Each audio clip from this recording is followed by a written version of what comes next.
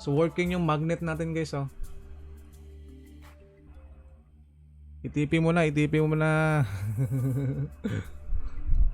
So right now si gold ang ano natin, si gold yung chart natin. Possible naman na ma-invalidate talaga itong zone na to kung mag-expand pa yung structure niya rito, no? Itong corrective structure niya na yan, kung mag-expand pa yan, ganyan, possible na ma-invalidate to. Ayan, okay, sweeping this high na, possible na ma-break itong, kasi ito yung ano natin, Asian high natin dito, no? Equal high natin dito. So this liquidity has been swept. So ito na lang yung hinihintay natin sa taas. Ito ang gold chart po ito. Gold chart. Ayan, so nakakita na tayo ng some blues, no? So close ko na to yung isa kong trade dito. Actually, scalping lang ako rito. So close ko na tong isang profit ko rito.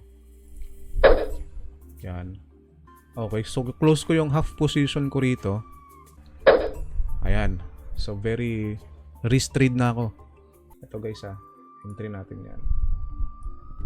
Medyo mataas nga lang ang risk ko rito kasi kinover ko to eh. Kinover ko itong low na yan eh. Magnet na yan, boss. Ayan na sa mga masugid nating ano diyan taga-subaybay, no? Dito sa TikTok natin. So, alam na nila kung ano yung secret strategy natin. Ilabas na ba natin yung secret strategy natin dito? Para lumipad na to si gold.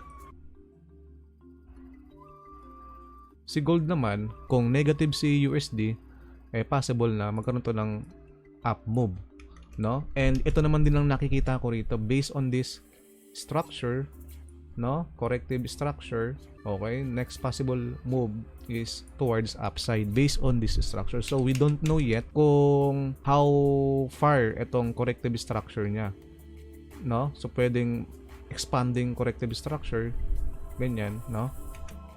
So we don't know yet. Pero based on this structure, na-anticipate ko is magkaroon ng up move, no? And if we can check the higher time frame, so wala pa tayong nakikita rito. Specifically sa 4 hour, wala pa tayong nakikita rito retracement talaga, no? After breaking this low, and even this low, 'di ba? Eto sa mga nagtatanong, ayun, 'di ba? Na-discuss natin yung prop firm, okay? Dun sa mga walang enough capital to start trading, better to try prop firm. Okay, sa prop firm may big opportunity doon. Meron akong recommended sa inyo, ito funded next, try nyo. Ito kasi sa prop firm is yung bibili kayo ng challenge. So, before kayo maging funded trader nila, syempre may face na challenge na kailangan nyong ipasa. Okay? So ito guys, depende kasi yon sa kung anong bibilihin nyo na na account size. Merong $6,000, $15,000, $25,000, $50, $100, $200. Kung magkano itong $6,000, ito, that is $49. Ito, $49 yan pag binili mo itong challenge na to, yung $6,000. Okay? Pero itong $49 na yan, refundable yan. Okay? So once na maging funded na kayo rito, so sa first withdrawal nyo ng profit nyo, which is yung 80% na magiging nyo na profit, kasamang marirefund itong $49. May dalawang challenge na kailangang ipasa rito. Yung phase 1, okay? Yung phase 1, kailangan nyo mag-profit ng 10% ng account nyo. Okay? So, dito guys, ang maganda kasi rito, nasa challenge pa lang kayo, meron na silang ritong profit split. May 15% share kayo rito. Okay? So, dito pa lang, nagtitake pa lang kayo ng challenge, kumita na agad kayo. Sa phase 2 naman, ang profit target dito is 5%. Okay? So, mas mabilis na, no? Ngayon, pag funded trader na kayo, ang kailangan kasi rito, consistency. Kailangan maging consistent kayo rito. Okay? So, ngayon, may rules dito. Okay? So, hindi ibig sabihin funded na kayo, all goods na kayo. So, ang rules dito, kailangan hindi kayo magkaroon ng 5% drawdown. Okay? So, yun yung rules niya na daily drawdown niya is 5%. Okay? So, meaning, pag natalo na kayo ng 5%, mabibreach nyo yung account nyo.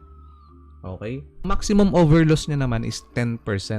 Okay? Yung overall. So, sa phase 1, kailangan maipasan nyo yung challenge in 4 weeks. Okay? Sa phase 2 naman, 8 weeks. Ang initial profit split dito is 80%, 20%. 80% sa trader, 20% sa company. 'Di ba? Ang laki. So, working yung magnet natin, guys, oh. Itipin mo na, itipin mo na. Okay, TP hit, guys. TP hit. Congrats, congrats. Congrats sa mga sumabay. Medyo pinalad tayo sa trade natin ngayong gabi, no? So, yun. Join na lang kayo dun, guys, sa Telegram group. No? Pwede dun tayo mag-uusap. Andyan yung link sa may bio ko. Join na lang kayo. Sa mga gusto lang naman na mag-join. So, yun. Thank you ulit sa mga tumambay rito, no? Bukas ulit, bukas. Sana pala rin ulit bukas.